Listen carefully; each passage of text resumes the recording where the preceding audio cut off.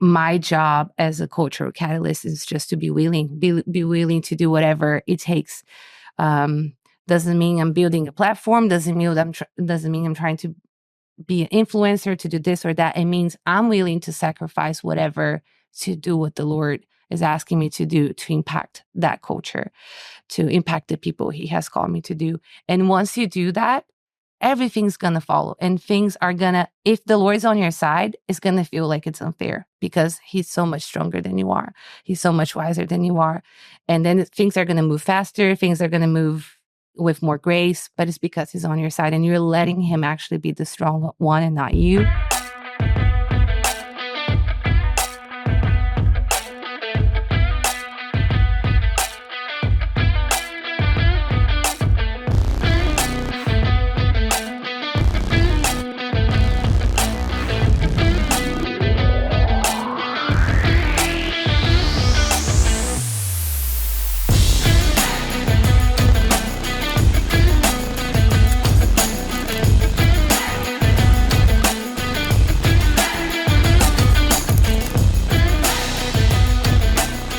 Hi, welcome to Cultural Catalyst, where we teach you how to live fully alive, co-labor with God, and change the world. I'm your host, Kris Vallotton, and I have Paula Romez with me.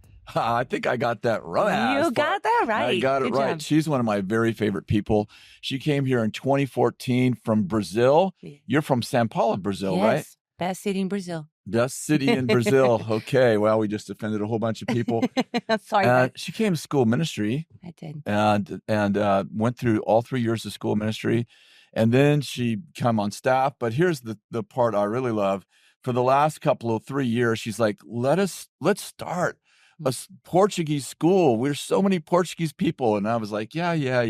Remember this conversation? Yes. She's like, no, I'm telling you, we're going to have 1,000 students. Like 1,000 students. I'm going to get 1,000 students. So I would say she persisted like the widow and the judge. Gosh, that makes me the judge though. And he was wicked. So that wouldn't be good. You're a good judge. I'm a good judge. You are. And you knocked and kept seeking and kept knocking and then, and keep asking. And then you found. There it is. And we started school, and we started Portuguese school 2 years ago? No, it's been 1 year. 1 year. Since we started BSSM Portuguese. And how many students do we have now? We have 800 students enrolled right now, and we have about 500 starting in a few weeks. So we're going to have over 1,000 students in 1 year. In 1 year. Come on, right here. There it is. I told you. Change the world. Change the world. Change the world. So Paula, important question. Yes. Is it true? Is it true that you raised chickens from the dead? It is true. And since then, I can't go into any Chick-fil-A around the world. No. Okay, you actually did raise chickens from the dead. I really did. Okay, so why is this story important? Because people are like, oh gosh, those Bethel people, they are so strange. Yes. Well, and this is before you were with us. Before Bethel. Okay, I was Bethel. like 17 years old. So a few years before I came to Bethel. And it's the best story that my family has. We moved to a farm. We were in a very hard place financially. Everything we had, we moved to this farm. My dad bought a bunch of eggs, which we turned them into a little chicken, and we built this chicken coop. And that was all our money. We were going to eat those chicken. We're going to sell those chicken. That was everything we had. And this one night, we had a big storm. And I remember my dad walking to the house, and he was like, guys, the chicken are all dead. Everything's gone. And he's crying. We're all heartbroken. My mom calls her aunt, which she was from the Assemblies of God. And she was like, Clarice, you should go down to the chicken coop and take your Bible, and God is going to give you a word. Whatever it is, God's going to give you a word. And we're like, okay. So my mom is like, girls, let's go with me and my sister. And we go in there, and my mom opens her Bible. Is the passage in Ezekiel about the valley of dry bones. And she just starts reading the passage out loud. And she tells me and my sister, I want you guys to go around the room and lay your hands on the chicken. And we're like, in the chicken coop? In the chicken coop. And we're like, yes, let's do it. And it's like 200-300 dead chicken on the floor. Like they were little chicken. And we're like, let's do this. And the guy that worked for us, he's just like on the corner. He's like, what are these people doing? And we went around the room. And as my mom is reading the passage and my sister and I are laying our hands on the chicken, they start coming back to life. It's like a zombie movie. They're like shaking and standing up. And we're like, no way. And they came back to life. All of them? All of them. That's insane. We came back home and we're like, Dad, the chicken are all alive. Go check it out. And he's like, no way. And they drowned. They were dead for so many hours before we saw that they were all dead. So wow. It's beautiful. Okay. So the next question is, did you eat the chickens? No, you don't have to answer that question. We ate the chicken and saw the chicken. There was resurrection power in the chicken. Yes, it's true. You moved to Reading from Brazil. I did. Joined BSSM. Why'd you do that? I remember watching this video, and it was Jeremy and Stephanie watching, leading worship, and there was the glory cloud and everything on the video, but I was so impacted by the church, the congregation. I was seeing how they were worshiping, and I was just like, I have never seen anything like that. And the next day, I was driving to college, and in my car, God was like, you're going to move to that church. You're going to move to that place. And I was like, okay, let's do this. I just knew I was supposed to be here. And I've walked with the Lord my whole life. He's always been my best friend. But I knew that there was something about him that I hadn't seen. And I could see on those people's eyes in that congregation that they were seeing something that I hadn't seen from the Lord yet. And I was so hungry. So I was like, I'm going to be transformed in that place. So I told my mom, told my family, I'm going to move to this church in California. Then I started researching found out more about BSSM. My sister was like, I'm going to go with you. I want to do it too. And then my parents were like, well, if you girls are going, we're going to go too. So we all moved here, and my parents support us through school. And it was the most life-changing, transforming. Did your sister go to school too? She did. She did. Oh, I don't think I even knew that. She did. She did. She works also for Bethel, and she writes articles about healings and proving that miracles are still happening. They're real. Yeah. From the chicken story. Was she one of the people who laid hands on the chickens? Yes. Wow. Look at us. Well, you have a directive from the Lord to bridge cultures. Yes. And specifically America and Brazil, although that's not the only culture you're bridging, but it's the one that you're involved in now. Can you share more about that journey, how BSSM Portuguese fits into that whole thing? For sure. In 2009, before I heard about Bethel, I came to the U.S. and I went to a small church in Illinois. And at the end of the sermon, this pastor calls me and my sister, and he's like, I see you guys as bridges between two big pieces of land. Wow. And I see different people going through those bridges, and you're going to know which bridge they're supposed to cross. And for some of them, it's going to be training. For some of them, it's going to be a beautiful path that you're just creating for them, but you're going to become a bridge between two pieces of land. And at the end, he said, I wouldn't be surprised if it was between America and Brazil. And I always had that in the back of my mind. But when I came here, and I was in first year, I remember being in class and thinking, no one has ever taught me this. I have walked with the Lord my whole life. I've been in church my whole life, but I have never been taught this before. And I would get home and I would just repeat everything to my parents, to mom and dad. We would sit down on the dining room and I'll be like, hey, I learned this and this and this in school today, because I was so mind blown by everything. And my relationship with the Lord was so much better than it was before. Every day, something I was learning in school was changing my life, and it was making me more and more in love with Jesus. And every day that I was encountering the Lord, I would just have this burden in my heart, just like, Lord, if you're going to touch me here in this school, don't touch me just for me. Touch me for my people too, because I remember what I left behind. I remember my people there back there. And I remember the things that I didn't know about you, that I know that right now they don't know those things about you. So if I'm going to know something about you, if I'm going to be touched in this room today, I want to create a way for them to know you like I'm getting to know you now. So my whole journey in BSSM, I always had this prayer in my heart. And I always also had this thing that I was like, Lord, I remember where you found me. I remember being in the farm, in the chicken farm, and sitting with the Lord and learning that he could be my best friend. And I just had this thing in my mind. Like, I remember when I was 17 and you touched me in that farm. And right now there's someone back in Brazil that doesn't even speak English, someone that doesn't have the access that I did to learn this language, and they didn't get to move here, but they want to know you like I wanted to know you. Um, so I just kept serving Bethel, and as you said, I was the administrator, and I was here for a little bit, and I just kept thinking that there must be a way that I can create a bridge. There must be a way that we can get this to them. And I remember when we launched BSSM Espanol, Gerardo came and he was sharing the video, and I was watching it, and I was like, oh, this is it. This is it. We just take for granted the fact that we actually can Yeah. speak English, and I Yeah. can listen to your sermons on the Sunday morning. It doesn't even have to be just in school.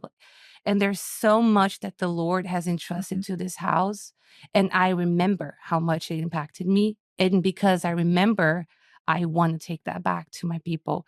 So What had the greatest impact on you? That is probably many, many things, but like when you came the first year, can you remember what thing you were learning that was having the greatest impact on you? Yeah. The biggest thing was that the Lord is such a good father, and he is always speaking to me. He's always available. It's not like I'm trying to hear his voice or trying to talk to him or going after him more than he is coming after me, or more than he is willing to make a way for me, or that he's willing to sit down and talk to me. And I just had this mentality that I had to do all these things correctly and like prepare my heart and be always listening. If I miss this one time, I never get to hear him again, or it's going to be hard for me to hear him again. And in first year, I remember even going to retreat the first of right at the beginning of the school, and all the second years prophesying over all the first years. And I thought, I don't think I'm going to get to do second year because I don't think I can prophesy over all these people. And going through first year, I was like, oh, it's so easy to hear his voice if you're actually listening, if you're actually believing that he wants to talk to you. And that changed how I saw God. And because it changed how I saw God, it changed how I saw myself, and it changed how I saw the people around me. And it was just really so transforming. So now we're training and equipping, well, lots of Brazilians, but Portuguese-speaking people, some not from Brazil too. Yes, for sure. So, you speak English, you went to English school, and now you're one of our main trainers for the Portuguese speaking school. What do you see the differences between, training and equipping people from, let's say, European and American, as opposed to Brazilian, Latin American countries? For sure. There are many differences, and there are beautiful parts in both cultures, and beautiful things that it's easier in some ways and harder in some ways. I always think of American culture and American church culture as a married couple that has been married for a long time. Yeah. And Brazilian culture is like you are just starting to date someone.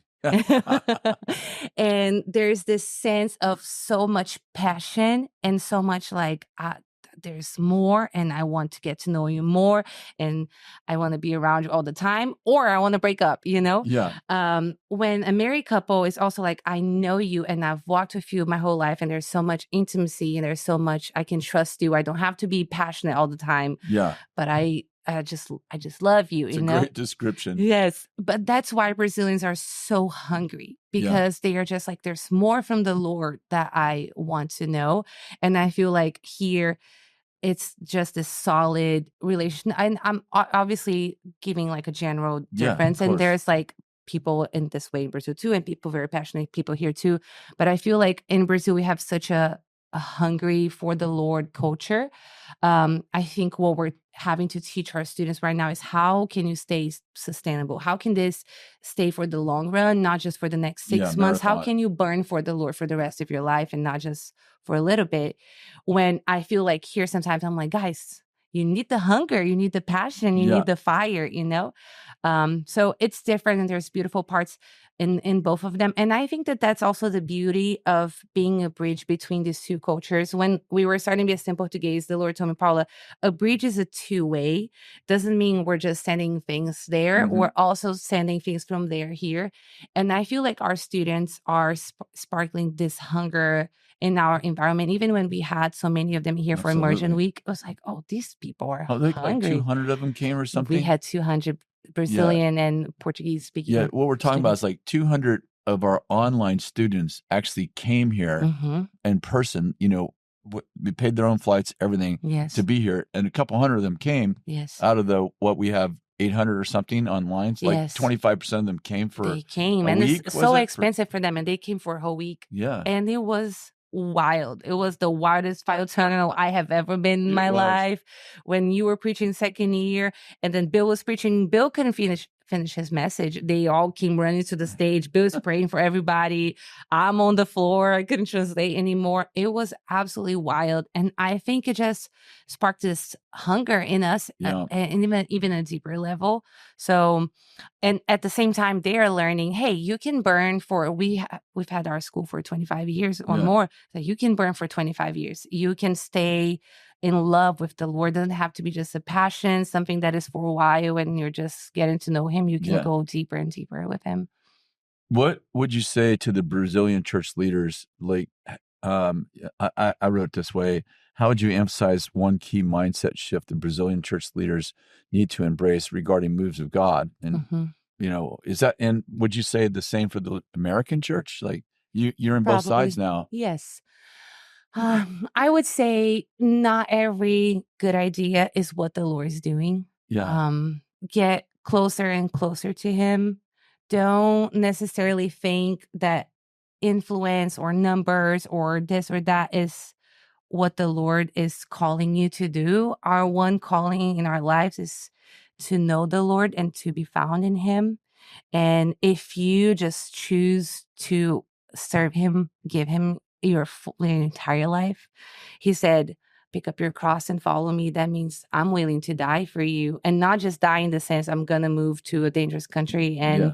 and die. It means I'm willing to sacrifice my dreams. I'm willing to sacrifice It's my beautiful. goals, sacrifice what I thought was amazing to actually follow you. And I think many times we want to do all these things for the Lord. We want to build a big church. We want to make big Yeah, conferences. We want to do this and do that, and you want to influence people. And your heart is good because you want people to be transformed. totally. But if that's not what the Lord is doing in each season, you're just doing it for your own sake, not for what the Lord has called you to do.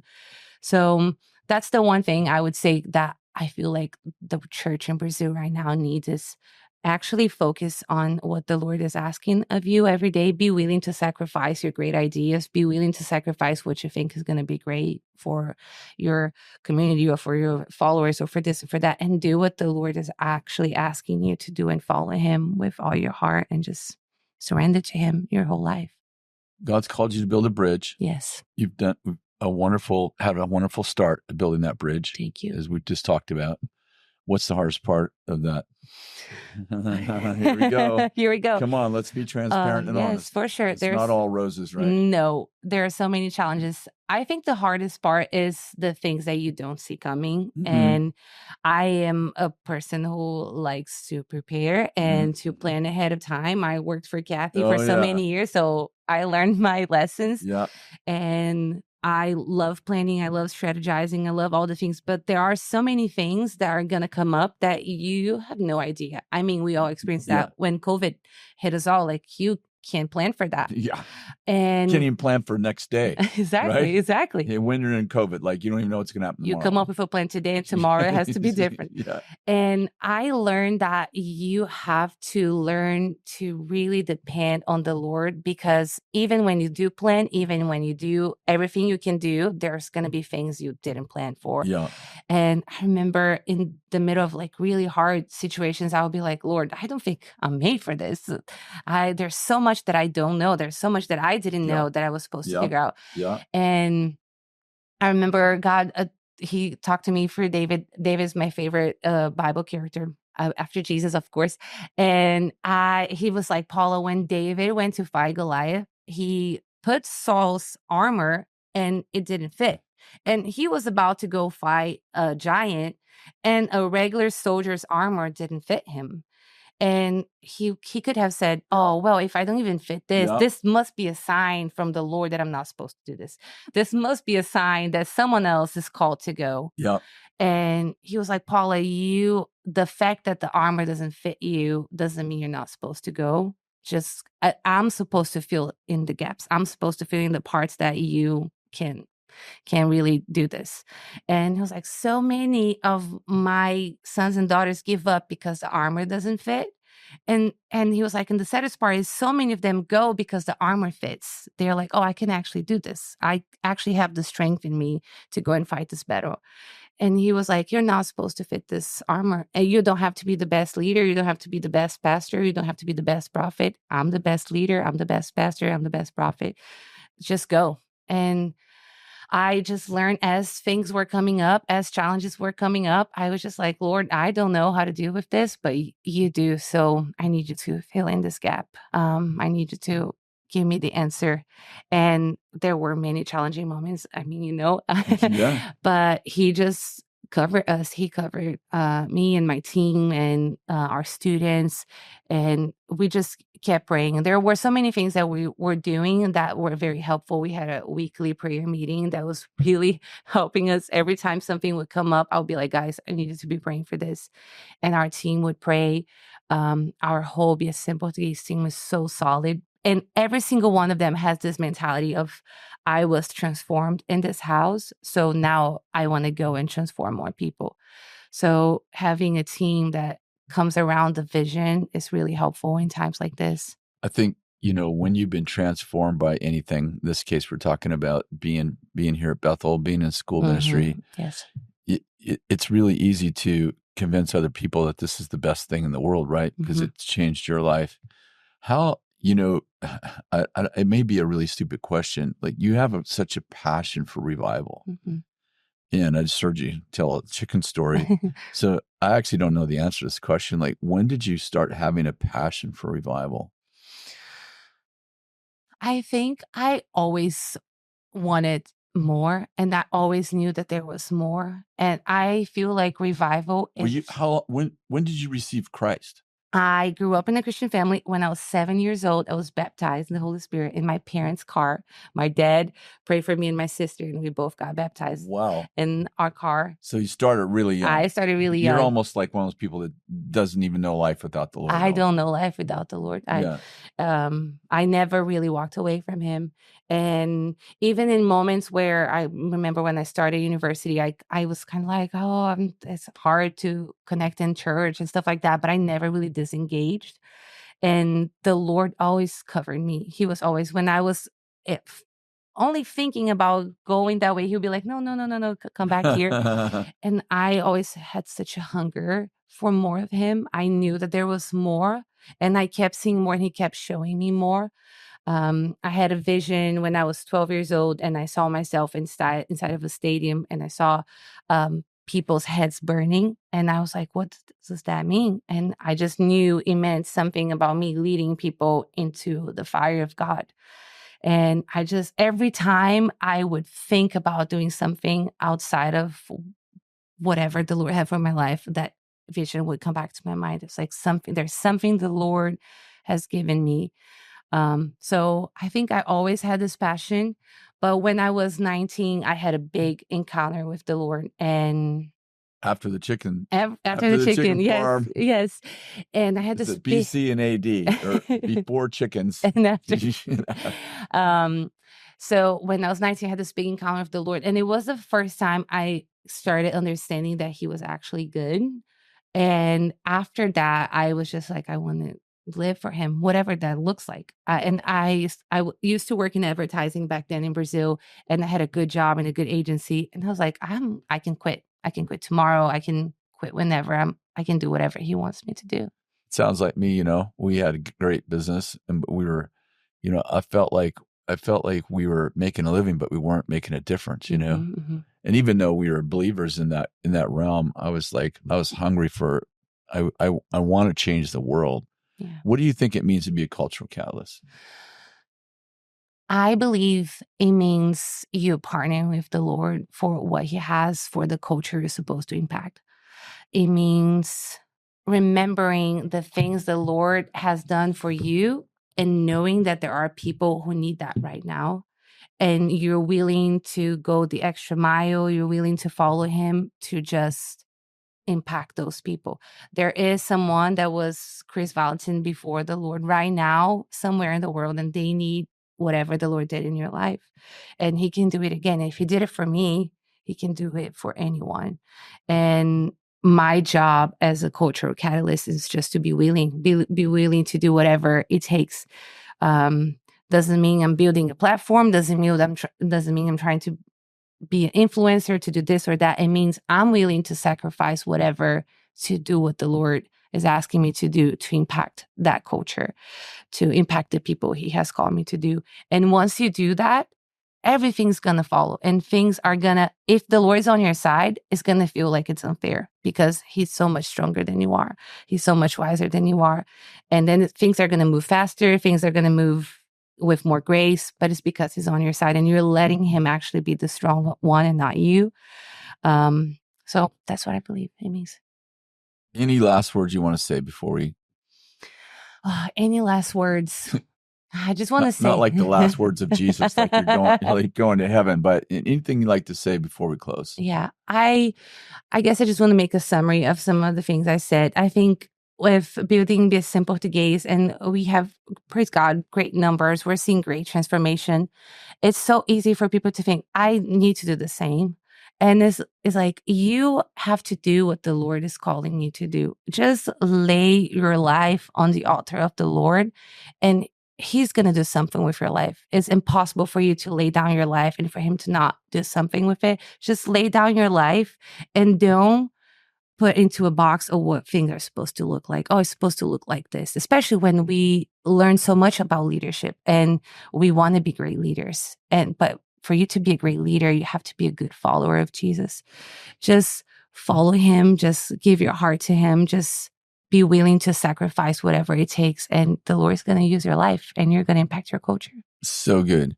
How does someone who's interested in BSSM Portuguese, or BSSM for that matter, how do they get in touch with us? How do they get connected to us? I would say check us out on Instagram. We post so much content and so many testimonies, so many parts of our school and what's happening in school. It's our Instagram has so much content for BSSM Portuguese, which is BSSM Portuguese, and BSSM Reading if you're interested in English, or BSSM Espanhol if you want to come to our Spanish school. And you can always check out bssm.net to learn more about our school. And you can get on Bethel.com and work your way through all of those schools too. Thank you so much, Paul, for being on. Well, God bless you. I hope you have a wonderful week, and do check out our school. They are life-changing. I have I think 4 of my grandchildren are either in school or have graduated from our school and had a tremendous impact on their lives, actually turned their life around. God bless you. See you next week.